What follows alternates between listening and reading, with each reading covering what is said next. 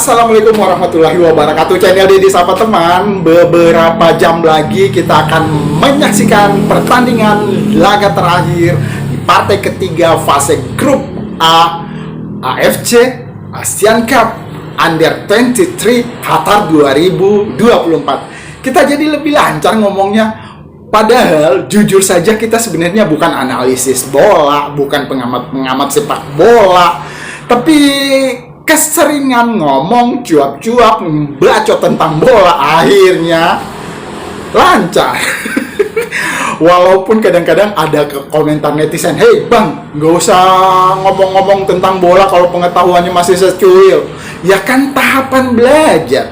Manusia itu diciptakan hidup untuk belajar hingga akhir hayat.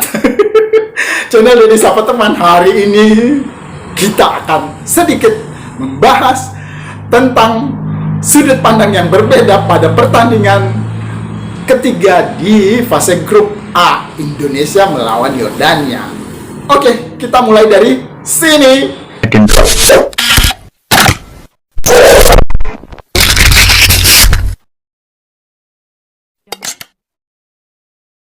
Teman-teman, apakah masih ingat pada laga final yang penuh drama di SEA Games Kamboja tahun 2023 kemarin?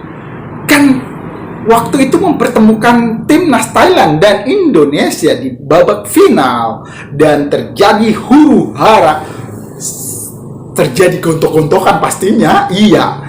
Nah, waktu pertandingan itu apa yang bisa kita lihat? Wasit yang memimpin adalah Bapak Amar Hani Kanani. Namanya bener ya? Iya, Bapak Amar Asqani Kanani dari Kuwait. Oh iya, Kuwait itu berada di grup B bersama Uzbekistan, Vietnam, Malaysia, dan ya tentu saja Kuwait. Dan sudah tidak bisa berbicara lagi karena di dasar klasemen dan pastinya tidak akan lolos ke fase 8 besar. Apakah itu akan berpengaruh pada psikis seorang wasit? Tentu saja tidak. Yang kita takutkan adalah karena negara Kuwait adalah negara-negara teluk juga di Timur Tengah.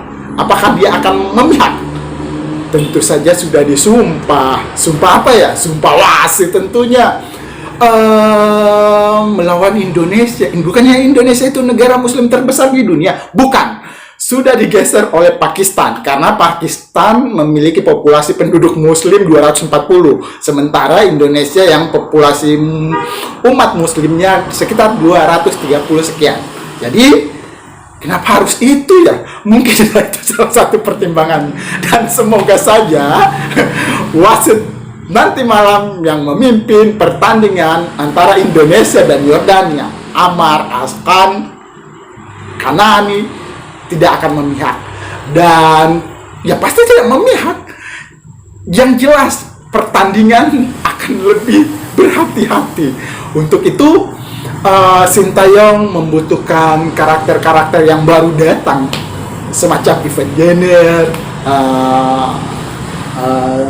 Ya kemarin dapat kartu merah tapi diberi kebijaksanaan 1 kali pertandingan saja. Sementara Ramadan Sananta masih menjalani sanksi sampai babak selanjutnya. Dengar-dengar Sintayong sudah ngutak-ngatik line up atau squad yang akan turun di 8 besar. Tapi ini kan belum.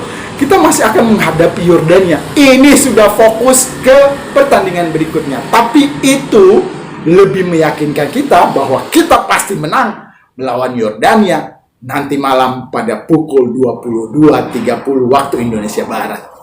Kita semakin penasaran apakah Indonesia akan menerapkan strategi bertahan atau menyerang. Lebih hati-hati. Kayaknya tidak sama sekali. Kita tetap akan menyerang karena kita akan mendapatkan suntikan moral dari supporter. Yang jelas para tenaga kerja Indonesia yang ada di Timur Tengah, apalagi ini akhir pekan, weekend di sana, juga pelajar-pelajar mahasiswa yang ada di kawasan wilayah Arab dan tentunya para diaspora. Kita berharap lebih dari pertandingan melawan Yordania kali ini. Apa ya istilahnya, melihat tentang keputusan yang akan diambil wasit atau keputusan yang ambil Sintayong, gak usah lah membuat semakin horor. Jadi langsung saja kita akan melihat line up. Kita ambil dari info bola, tapi sebelumnya kita menganalisis juga pertandingan lainnya ketika Australia menghadapi tim tuan rumah Qatar. Apa yang terjadi jikalau Australia menang? Syarat dan ketentuan tetap berlaku. Australia itu harus menang besar, minimal 5-0 melawan Qatar, dan itu sangat tidak mungkin. Aturan dan regulasi yang diterapkan FIFA pada AFC Asian Cup Under 23 Qatar ini, siapa yang pernah menang jadi head to head. Jadi Indonesia pernah mengalahkan Australia. Jelas Indonesia akan melangkah ke babak selanjutnya kalaupun Australia memenangkan melawan tim tuan rumah. Itu, aduh, basa-basi ini terlalu banyak. Langsung saja kita melihat line up prediksi yang diterapkan oleh Sintayong pada pertandingan terakhir di grup A ini. Ini dia. Skuad Garuda dan juga tim pelatih pun tidak mengharapkan pertandingan berjalan dengan skor akhir berimbang, meskipun timnas Indonesia tetap bisa dipastikan lolos dengan hasil tersebut. Akan tetapi melawan timnas Jordania yang belum sama sekali mendapatkan kemenangan bukanlah sebuah laga yang patut diremehkan. Justru skuad Garuda harus mempersiapkan diri dengan sebaik mungkin, mengingat bahwa tim lawan juga akan berjuang mati-matian untuk bisa lolos ke babak 8 besar di Piala Asia. Oleh karenanya, kualitas kedalaman skuad akan sangat mempengaruhi jalannya pertandingan yang akan terjadi pada malam hari ini. Semakin baik kedalaman skuad yang dimiliki suatu tim, maka semakin baik pula tim tersebut dalam melakukan permainan dan juga rotasi selama berjalannya pertandingan. Dan berikut ini merupakan kedalaman skuad yang saat ini dimiliki oleh timnas Indonesia U23 dalam menatap laga terakhir mereka di fase grup melawan timnas Jordania pada pagelaran Piala Asia U23 2024. Coach Sintayong diprediksi akan kembali menggunakan formasi dengan memasang 3 pemain belakang, 4 pemain gelandang, dan 3 pemain penyerang. Dengan posisi kiper akan diisi oleh Hernando Ari yang sebelumnya selalu masuk sebagai pemain utama dari timnas Indonesia. Pada 2 laga terakhirnya di fase grup pada pagelaran ini, Hernando Ari dapat menjadi sosok penjaga gawang yang memiliki refleks terbaik dan mampu menahan gempuran dari timnas lawan. Bahkan pada laga melawan timnas Australia kemarin, dirinya sempat melakukan penyelamatan krusial yang dia lakukan pada saat tim lawan mendapatkan bola di situasi penalti. Tidak hanya itu, Hernando juga melanjutkan kepercayaan dirinya dengan melakukan berbagai macam penyelamatan yang sangat krusial yang bisa saja membuat gawang dari timnas Indonesia berada dalam bahaya. Akan tetapi dirinya berhasil menunjukkan bahwa kini dirinya merupakan salah satu kiper terbaik yang kini dimiliki oleh timnas Indonesia dan dapat mengamankan posisi utamanya di dalam skuad inti timnas Indonesia. Sedangkan untuk opsi pengganti dari sosok Hernando sendiri, terdapat nama Adi Satrio yang siap dimasukkan jika terdapat situasi yang di luar dari prediksi pelatih.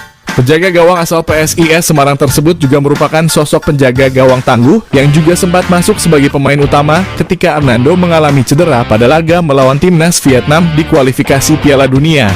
Selanjutnya di posisi pemain belakang, nampaknya Coach Sintayong tidak memiliki banyak opsi dari jumlah pemain yang kini dirinya bawa.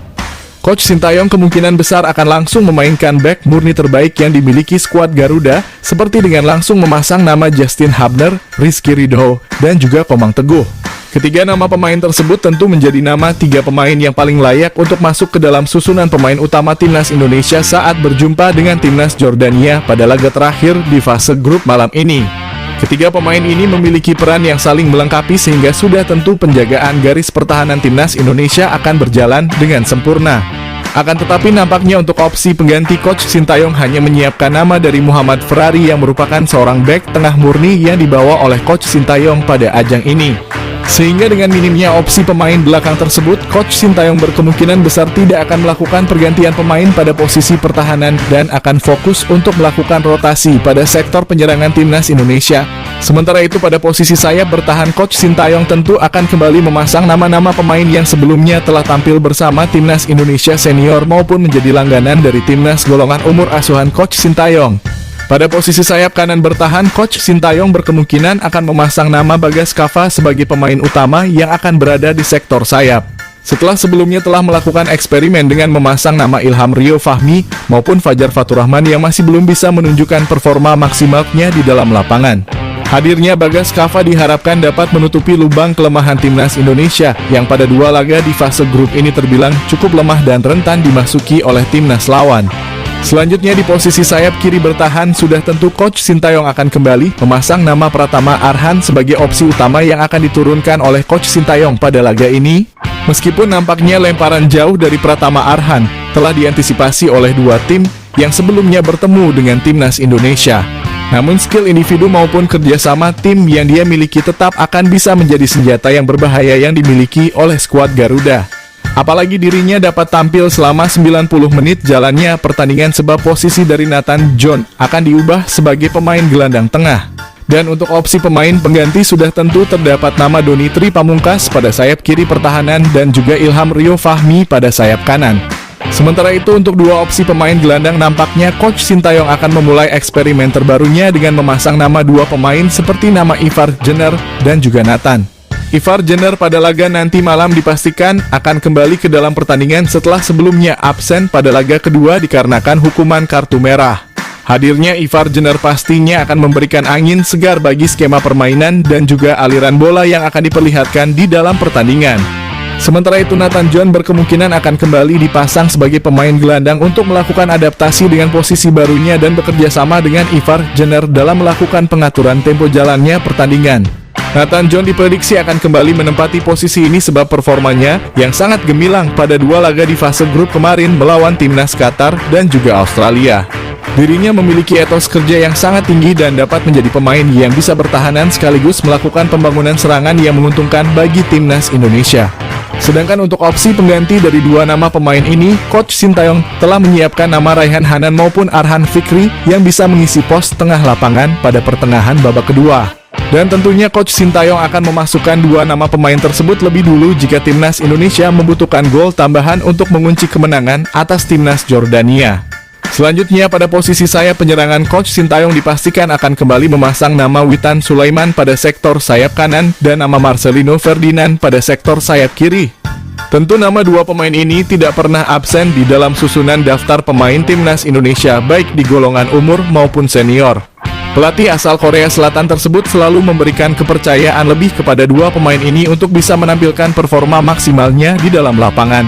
Dan memang jika kita melihat dari statistik pertandingan, nama Marcelino maupun Witan Sulaiman selalu memberikan kontribusi, baik dalam bentuk gol maupun statistik lainnya yang membuat skuad Garuda mendapatkan keunggulan di dalam lapangan. Sementara pada opsi pengganti dari 2 pemain sayap ini, Coach Sintayong menyiap nama Fajar Faturrahman dan juga Jim Clisroyer. Fajar Faturrahman dapat dimasukkan oleh Coach Sintayong sebagai pemain super sub yang bisa melakukan serangan cepat ketika timnas lawan sudah mulai merasa kelelahan. Perannya hampir sama dengan sosok Ramadan Sananta yang diharapkan dapat langsung mencetakkan gol pada beberapa menit setelah dirinya masuk ke dalam lapangan. Sedangkan Jim Clisroyer memiliki peran yang jauh ke arah taktik dan strategi permainan yang dapat membantu dalam skema penyerangan dan aliran bola di dalam lapangan. Jim Clisroyer juga telah menunjukkan bahwa dirinya memang layak untuk bisa memperkuat timnas Indonesia melalui performanya yang cukup maksimal pada laga kemarin melawan timnas Australia. Dan yang terakhir pada ujung tombak dari penyerangan timnas Indonesia, Rafael Struijk sudah pasti akan menjadi opsi utama yang akan dipilih oleh Coach Sintayong pada laga yang akan berlangsung nanti malam melawan timnas Jordania. Hal tersebut tak lepas dari kondisi Ramadan Sananta saat ini yang harus menjalani hukuman absen pada 2 laga setelah sebelumnya mendapatkan kartu merah langsung pada laga perdana. Oleh karenanya sudah tentu nama Rafael Struijk akan masuk sebagai pemain utama yang akan digunakan oleh Coach Sintayong pada laga penentuan timnas Indonesia untuk bisa lolos ke fase gugur di Piala Asia U23 kali ini. Tentu pemain asal Ado Den Haag tersebut harus menunjukkan kualitasnya dengan menuntaskan tugasnya melalui produktivitas gol yang akan dirinya persembahkan pada laga nanti malam. Kita berharap pertandingan kali ini timnas skuad Garuda Muda kita menang mutlak. Jadi bukan diberikan penalti ataupun kesalahan-kesalahan yang harus diberi kartu merah ke pihak lawan, tapi murni betul-betul pertandingan yang bersih. Kita berharap banyak Justin Hapner ataupun teman-teman lainnya, Pratama Arhan bisa memainkan perannya, Witan Sulaiman, Rizky Ridho, ya semuanya bisa bermain lebih dari pertandingan semua. Terima kasih sudah menyimak channel Deddy Sapa teman hari ini. Terus dukung channel Deddy Sapa teman untuk berkembang, subscribe, tekan lonceng dong. Assalamualaikum warahmatullahi wabarakatuh.